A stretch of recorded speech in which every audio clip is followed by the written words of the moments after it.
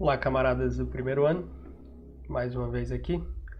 Eu sou Daniel Ferreira, sou professor de Física e nessa aula do dia 14 de maio a gente vai tratar de estudar o lançamento vertical ou lançamentos verticais no vácuo no livro de vocês e a frente A08 do livro, tá bom?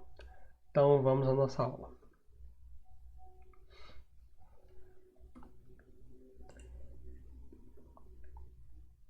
Basicamente o que a gente vai estudar é a queda dos corpos. Lançamento vertical é uma coisa que sobe ou desce, tá bom? Na vertical, sem estar olhando para componentes horizontais.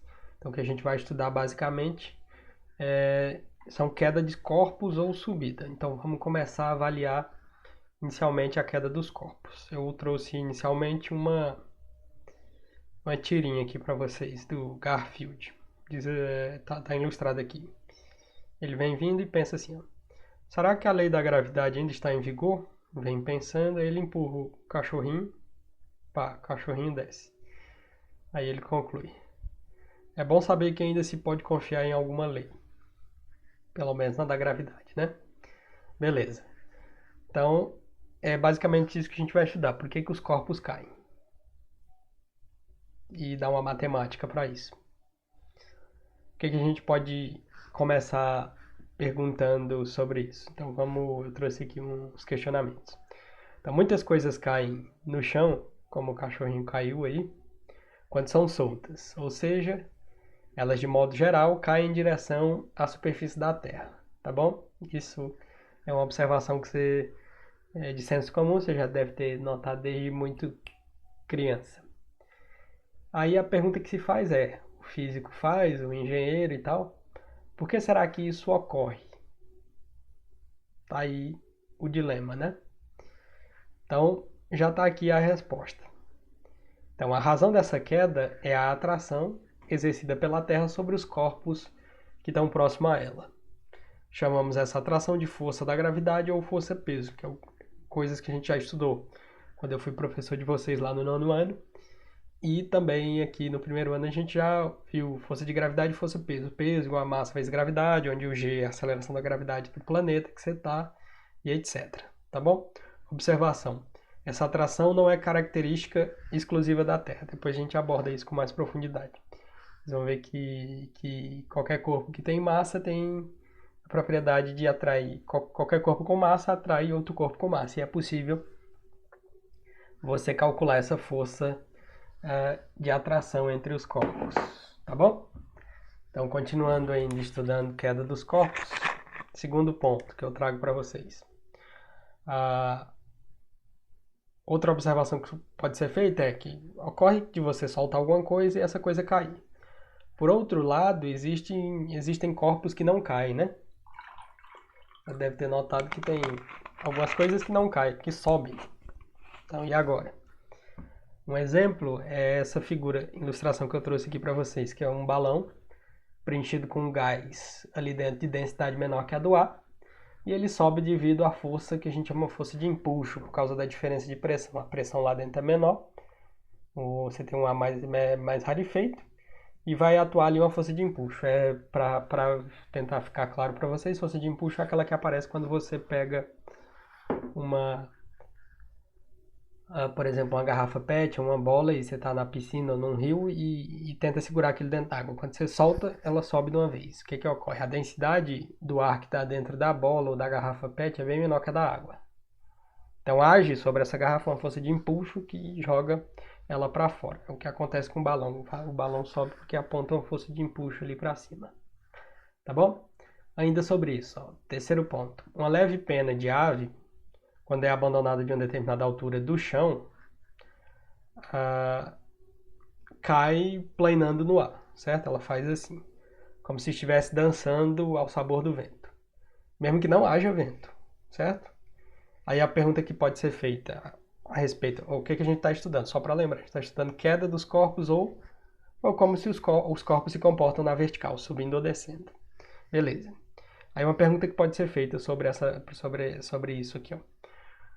Por que ela não cai na vertical? O caso da pena. Por que você solta uma pena e ela sai planando assim, mesmo que não esteja ventando? Por que que ela não cai na vertical em direção ao chão como faz uma pedra, quando é solta que cai exatamente assim? Eis a questão. Então, o que que acontece? A área externa da pena, dessa pena que é solta, em contato com o ar é grande. Então você tem uma grande superfície de contato, aumentando os efeitos do que a gente chama de resistência do ar. Tá bom? É isso que a gente vai dar uma olhada com mais profundidade a partir de agora. Ponto 4. Será que a Terra é responsável por esse movimento de queda livre dos corpos? É um questionamento. Então, se os corpos caem em queda livre, será que é a Terra que é a responsável? Outra pergunta. O ar exerce alguma influência sobre os movimentos dos corpos que caem na superfície da Terra? Terceira pergunta. Por que a pedra, a pena e o balão se movem de forma diferente, se estão no mesmo planeta e na vertical? Então, já a resposta. Os objetos caem devido à força exercida pela Terra, que a gente chama de força-peso da gravidade. E a força da gravidade é da mesma natureza nas três situações. Então, a força da gravidade atua na pedra, na pena e no balão, de mesma natureza. Peso é massa vezes gravidade. Mas aí entra o que torna diferente o movimento desses três objetos, pedra, pena e balão, é justamente a resistência do ar, que atua de maneira diferente em cada um. Se você conseguir tirar a resistência do ar do jogo, você vai ver que os corpos caem de maneira igual, como se não houvesse diferença. Essa imagem aqui é uma imagem real, foi feita na Lua em 1971. Esse é um astronauta da Apollo 15 e essa foto foi tirada em julho de 1971. Ele está fazendo justamente um experimento. Se você olhar bem, o que está acontecendo? Ele tinha um martelo em uma das mãos e uma pena de um falcão. A pena acho que pesava por volta de 130 gramas e o martelo 1,5 kg. O que ele fez? Um experimento. Como a Lua não tem atmosfera, é só uma rocha sem atmosfera, não tem ar, portanto não tem resistência do ar. O que o astronauta fez? Pegou uma pena bem mais leve que o martelo e o martelo colocou assim, da mesma altura, e soltou os dois. O que aconteceu? Eles caem exatamente e atingem o solo exatamente ao mesmo tempo, tá bom? Porque você excluiu ali a resistência do ar. Eu trouxe aqui, vou mostrar para vocês um vídeo desse experimento feito na Terra, tá bom? Eu vou mudar de cena aqui rapidão, só para a gente dar uma olhada nesse vídeo.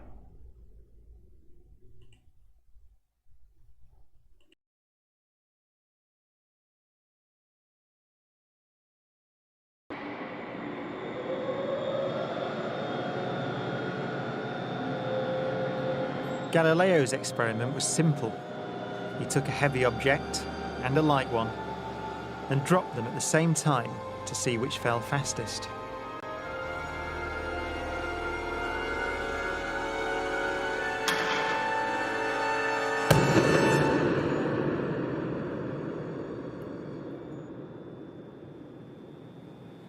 Now in this case, the feathers fell to the ground at a slower rate than the bowling ball because of air resistance.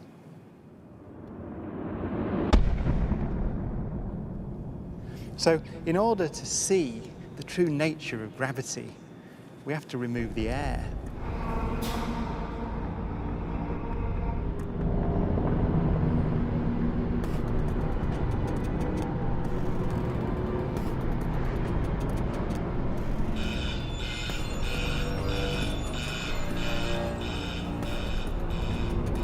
It takes 3 hours to pump out the 800,000 cubic feet of air from the chamber. Okay, we dropped 2 millitorr in the last 30 minutes. But once it's complete, there's a near perfect vacuum inside. 6104 manual, 10% open. Station 1, go for drop. PCV 30-1, pressure set point at 240 psi. We are go for drop. 10, 9, 8, 7, 6, 5, 4. Cameras on. 2, 1. Release.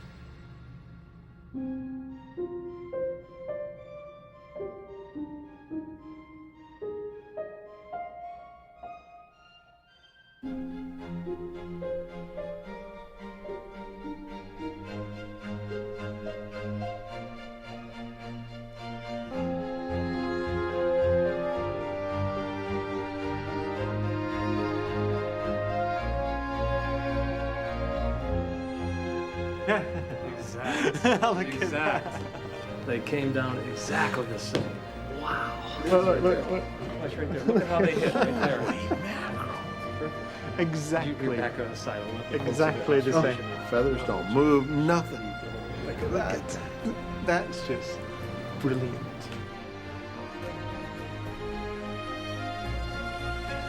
Isaac Newton would say,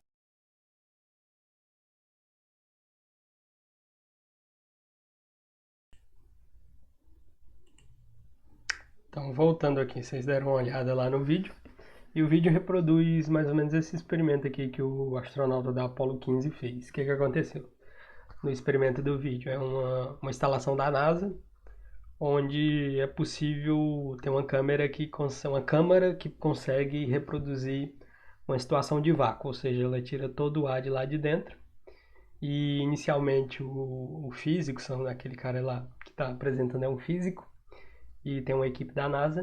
Inicialmente ele faz o experimento soltando as penas, aquelas penas e uma bola de boliche que tem massa diferente. A bola tem uma massa maior do que a das penas, soltando sem tirar o ar de lá de dentro. Eles caem, a bola cai mais rápido porque o ar age de maneira diferente nas penas, né? As penas saem voando. Mas quando ele remove o ar, tanto a bola de boliche quanto as penas caem exatamente iguais. Você tem um sensorzinho lá que libera no mesmo instante, então você consegue perceber no vídeo que sem resistência do ar você tem uma situação de queda livre. Então na superfície da Terra a gente pode afirmar que todos os corpos caem em queda livre na ausência de ar. Se você tirar a resistência do ar, você pode afirmar que os corpos caem, todos eles, em queda livre, tá bom? E é justamente esse o primeiro tipo de movimento vertical que eu apresento para vocês, a chamada queda livre, dada aí em dois experimentos, um numa foto que é o do astronauta da Apollo 15 e o vídeo apresentado pela BBC, que o pessoal fez lá nas instalações da NASA, tá bom? Voltando à nossa aula. Então chegamos... eu mostrei esses dois vídeos para justamente chegar ao conceito de queda livre, que foi o que eu disse agora há pouco. Ó. Na ausência, portanto, da resistência do ar, todos os corpos caem juntos, tá bom? Isso pode parecer não intuitivo, mas é verdade. Todo corpo cai junto na ausência de resistência do ar. Não importa se seja uma geladeira de 200 kg e uma pena de 2 gramas. Se você tirar a resistência do ar e soltar os dois, cairão de maneira igual, independentemente dos pesos. Assim, se a gente considerar nula, portanto, a resistência do ar, todos os corpos caem em movimento uniformemente acelerado. Por quê? Porque esses corpos estão sujeitos a uma aceleração chamada aceleração da gravidade, que aponta para o centro do planeta. Então, se trata de um movimento uniformemente acelerado, onde a aceleração é o g do planeta que você está. Se for o planeta Terra, a 10 metros por segundo ao quadrado. E esse movimento, portanto, um movimento uniformemente acelerado, sujeito à força da gravidade sem resistência do ar, é chamado de queda livre, portanto, o primeiro movimento vertical que a gente estuda hoje. Essa outra imagem aqui, ó, é de um sujeito que ele fez isso aqui em 2012. Ele saltou da estratosfera, ele é um austríaco, tem esse nome aqui, em 2012, e aqui tira um retrato. Ele salta para uma região de quase não tem atmosfera, e quando ele está nessa região que quase não tem atmosfera, você nem percebe, nem ele sente que está caindo, tá bom? Porque não tem nenhum referencial. Se você for resgatar o vídeo, tem um vídeo no YouTube desse salto, você vai perceber que a partir do momento que ele entra na atmosfera, aí passa a ter um referencial, que é a resistência do ar. Ali, não bem o referencial, mas ele passa a ter um movimento turbulento, a resistência do ar começa a atuar nele, e antes dele entrar na região de atmosfera mais densa, aparentemente ele estava em queda livre. Seria uma situação, portanto, de queda livre, esse salto da estratosfera em 2012. Vamos voltar um pouquinho no tempo para olhar um pouco a história disso e um pouco da filosofia em torno da queda dos corpos. Então vamos ver o que Aristóteles, Galileu e Galileu pensavam a respeito da queda dos corpos. O que acontece? A física do Aristóteles, filósofo grego, viveu entre os anos 384 a.C. e 322. Então, a física de Aristóteles era apoiada em duas ideias básicas que podem ser até observadas no dia a dia até hoje, mas também dos povos antigos, que era o caso da época dele. Quais sejam essas duas ideias? Primeira, a Terra é imóvel e ocupa o centro do universo. Então, se você quiser saber um pouco mais de Aristóteles, você pode estudar a metafísica de Aristóteles ou a própria física, metafísica e física de Aristóteles. Eu, como não sou filósofo, não vou me aprofundar nisso, mas cheguei a estudar um pouco disso no mestrado e etc. Segunda coisa que Aristóteles considerava, para a gente concluir algumas coisas sobre queda dos corpos. Segunda coisa, nos céus os movimentos que observamos são repetitivos e imutáveis. Essas duas ideias surgem da solução de um problema que os gregos tinham, que era o problema do ser. A questão era mais ou menos assim, como que algo que é deixa de ser, né? Como que algo que existe deixa de existir ou muda, como as coisas mudam. Como as coisas mudam. Então, Aristóteles, lá, se você for ler um pouco da física e metafísica de Aristóteles, você vai ver que ele responde essa questão do ser de duas maneiras. Ele diz assim, existem duas maneiras de ser. Ser em ato e ser em potência. E essa maneira do ser, explicando o que é essa maneira do ser, ele cria um modelo de universo. Ele vai dizer onde é que as coisas podem mudar. Existe um ser que muda, que é transitório, etc. E existe por trás do ser uma ideia, que não muda. Tá bom? Então, existe o ser em ato, que é o sujeito, a identidade do ser, e o ser e a possibilidade do ser em potência, que é a possibilidade de mudança no ser. Vamos ver se eu explico isso com a física, que é a minha praia. Na física de Aristóteles, ou tentando entender a física de Aristóteles, era mais ou menos assim. Como é que ele traduz isso para um modelo de universo? Ele dizia assim, no mundo supralunar, ele criou um modelo onde a Terra era o centro do universo e estava fixa. No mundo supralunar, portanto, abaixo da Lua, é onde as coisas podem mudar, onde ocorrem as mudanças, existem algumas coisas turbulentas. E acima da Lua, o mundo é imutável. Ele se move com movimentos repetitivos, que é justamente isso aqui. São essas duas coisas, na verdade, que eu disse. A Terra é imóvel, no centro do universo, aqui, e as coisas mudam aqui no mundo supralunar. E a segunda ideia importante para nós na análise da queda dos corpos é: nos céus, os movimentos que observamos são repetitivos e imutáveis. Então, acima desse mundo supralunar, acima da estrutura da Lua, o universo era fixo e imutável. Ele só repetia aqueles movimentos sempre. E isso é aparentemente comum. Se você observa os céus aí, você passar um tempo observando o céu, você nota poucas mudanças. Então, a gente não tira o mérito de Aristóteles por isso. Beleza. Então, o que a gente pode concluir dessa retórica toda? Primeiro, ele estava convicto, portanto, de que era necessário, dada a física que ele cria, a aplicação permanente de uma força para manter os corpos em movimento. Porque ele cria também a teoria dos 5 elementos, né?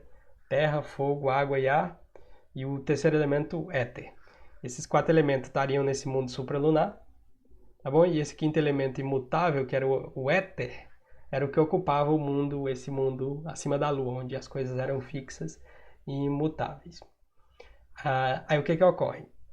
Para Aristóteles, para haver movimento, era necessário a aplicação permanente de uma força. Então, se eu atirasse uma pedra, havia, portanto, uma força atuando nessa pedra. E quando essa força cessasse, a pedra cairia instantaneamente e voltaria ao seu lugar natural. Esses 4 elementos eram os 4 elementos naturais e ocupavam seus lugares naturais. A pedra ocupava o chão, a água podia fluir um pouco, que era meio fluida. A fumaça, por exemplo, era mais parecida com o ar, portanto podia subir. E o fogo era meio ali um estado de plasma, alguma coisa assim. Então a teoria em volta disso aqui é chamada teoria de movimentos naturais e turbulentos, tá bom? O que isso importa para a gente na análise da queda dos corpos, que é o que eu quero tratar. Com relação à queda dos corpos, Aristóteles imaginava que os corpos mais pesados deveriam cair com mais velocidade, né? Então se eu soltasse uma pedra de 3 kg e uma de 1 kg, a de 3 kg cairia mais rápido. E deveriam cair com maior velocidade.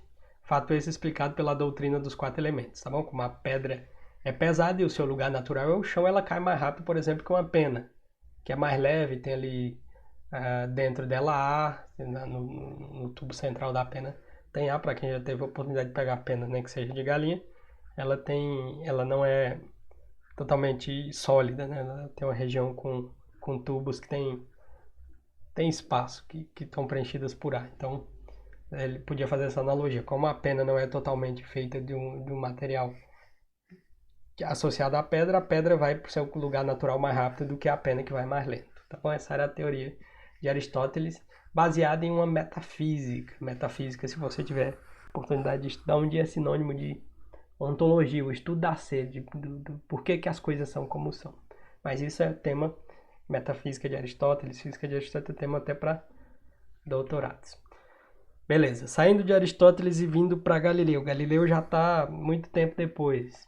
Já saímos lá, Aristóteles está entre o ano 384 e 322 a.C., a gente já pula para o ano para os anos de 1564 e 1642. Quase 2.000 anos depois. Então, o que acontece? Na época de Galileu, ou seja, portanto, há 2.000 anos após Aristóteles, as ideias aristotélicas eram impostas ao mundo, tá bom? Como fazia sentido para o senso comum, isso passou a ser imposta. E era imposta ao mundo dito civilizado, sob pena de severas punições e torturas e confinamentos e até fogueiras e etc., isso ditadas pela Igreja Católica para quem não seguisse ou discordasse dessas ideias aristotélicas. Então, a Galileu teve que enfrentar não só a tentativa de vencer o pensamento, mas também de vencer a Inquisição, né, de alguma maneira. Então, o que acontece? Naquela época, muitos filósofos já questionavam essas hipóteses de Aristóteles. Entre elas, entre as teorias de Aristóteles que eram questionáveis, eles questionavam a queda dos corpos também. O que Galileu propôs? Galileu propôs, então, realizar um experimento, certo? Nada melhor do que um experimento que todo mundo ia ver, para resolver o dilema. Então, o que ele pensou? Ele pensou em lançar do alto da Torre de Pisa, na Itália, corpos de diferente peso e analisar, por exemplo, uma esfera de 1 kg e outra de 4 kg e ver o que acontecia. Então, o que acontece? Através de experimentos, ele chegou à conclusão de que abandonar de uma mesma altura um corpo leve e um corpo de natureza pesado atingiu o chão no mesmo instante. Essas foram as conclusões de Galileu Galilei. Tá bom? Perdão. Posteriormente, Galileu passou a se interessar pela análise da velocidade da queda desses corpos, com que os corpos caem. Se ele queria saber se essa velocidade era constante ou se ela ia aumentando com o tempo. Bom, lembrando que isso a gente está no século XVII, então você pode notar que você tem um problema aí de aparato tecnológico de apoio para o Galileu. Então, por exemplo, não tinha um cronômetro que ele pudesse contar tempo e analisar para fazer cálculos de velocidade. Então, para isso, como o movimento de queda na vertical é muito rápido, ele começou a estudar, ele foi bem esperto, planos inclinados. Ele falou, bom, eu vou pegar planos inclinados e soltar bolinhas e ver o movimento, já que é um pouco mais lento do que a bolinha que cai totalmente assim. Então, ele foi analisando várias inclinações de planos e tirando conclusões, tá bom? Tomou aqui um primeiro plano com inclinação baixa, foi aumentando essa inclinação, aumentando, situação B, situação C, e até chegar na situação D, que seria o plano em 90 graus, que daria a natureza de um movimento vertical ou de uma queda livre. Qual a conclusão que ele chegou? A velocidade da esfera ao longo da superfície, a conclusão que ele obteve é que a velocidade dessa esfera ao longo da superfície aumenta à medida que você aumenta a inclinação. Então, para essa inclinação você tinha uma velocidade, quando você inclinava um pouco, aumentava a velocidade da esfera, e aqui aumentava mais ainda, portanto, na vertical ainda aumentava um pouco mais. Tá bom? Por que a gente dá méritos a Galileu? Por que Galileu foi importante? Porque ele associou métodos dedutivos ao processo experimental, tá bom? Foi ele que introduziu o experimento, ele está ali no início do iluminismo.